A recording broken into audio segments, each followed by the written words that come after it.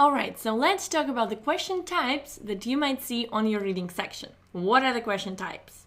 So the first question type is words in context. This is the question when you have a word and you need to find this word in the text, see what this word most nearly means, and then pick one of your 4 answer choices, which is the best synonym for this word in that context. This is words in context.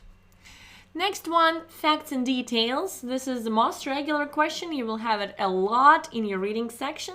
It's very similar to any other test in English which you had before. Facts and details, the most common reading question type. So this is the question which asks you something from the text. So what is it that they said there, blah, blah, blah. So you need to just pick the information from the text. All right, facts and details, the second question type. Then we have inferences. This is a little bit harder than the facts and details because in this type of question, we need to make conclusions. This is something that is not written in the text, black and white, but something that is obvious. And the question asks us about something obvious, but what is not written. So we need to read some of the clues and then make a conclusion. So what is most likely happening? What does the author most likely imply there?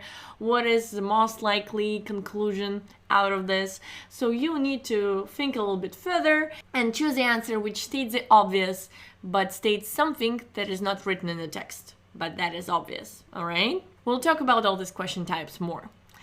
The next one is reference. This is when we have a pronoun, for example, they or it or she, and then we need to find out which word is replaced by this pronoun. So we have 4 answer choices. We need to pick a noun which was replaced by this specific pronoun.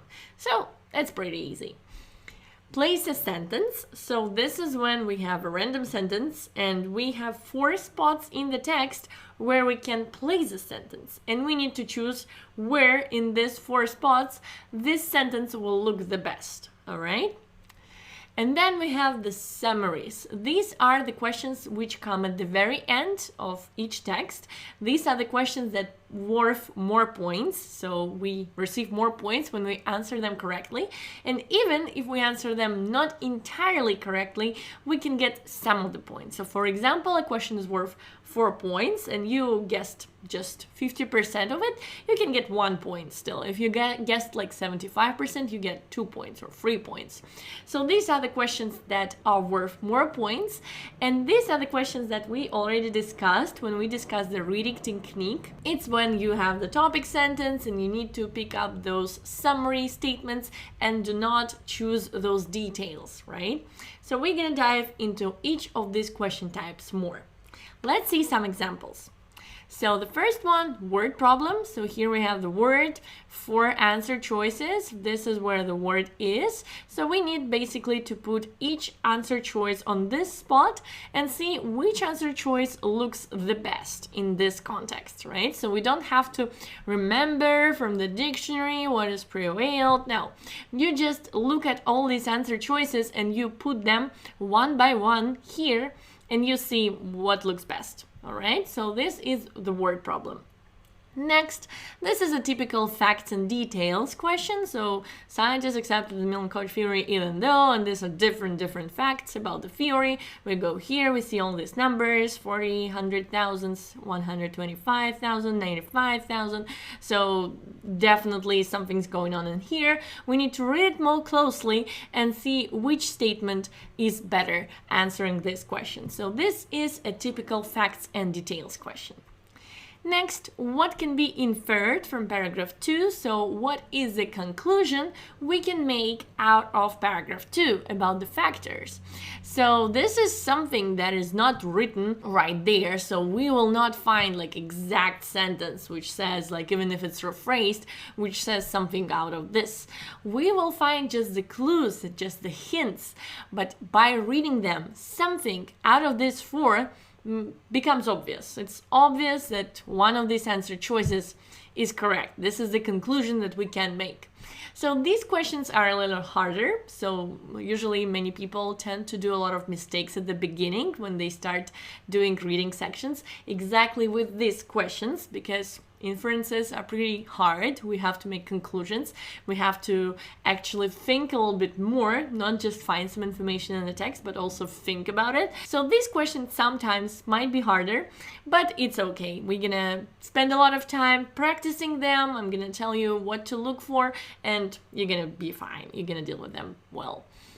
All right, so here we have the reference question, we have this pronoun this, and we have 4 answer choices. And this pronoun is replacing one of them. So we have like the entire paragraph with all these different things, and we need to find out this specific pronoun, what is it replacing? So you need to carefully read the text and see what is the most obvious answer choice. This is also an example of the reference question. It's more common. We just have the pronoun it, and we have different nouns which this pronoun it could have been replacing. So we need to choose which one it is replacing. The next one, place a sentence. Here we have a sentence and we have this 4 squares, and we need to choose where, in which square this sentence will look the best. So we need to carefully read all the transitions. For example, here we have furthermore, finally, first, and here we have the 3 most prominent. Here we see the sentence starts with when. So we need to carefully see what is the logic which unites all these sentences and where is the best place for this sentence. So there are a lot of hints. You see all these transitions, first, furthermore, finally, when, and they make it easier for you. If you carefully read all these transitions, you eventually find out what is the best place for this sentence. All right?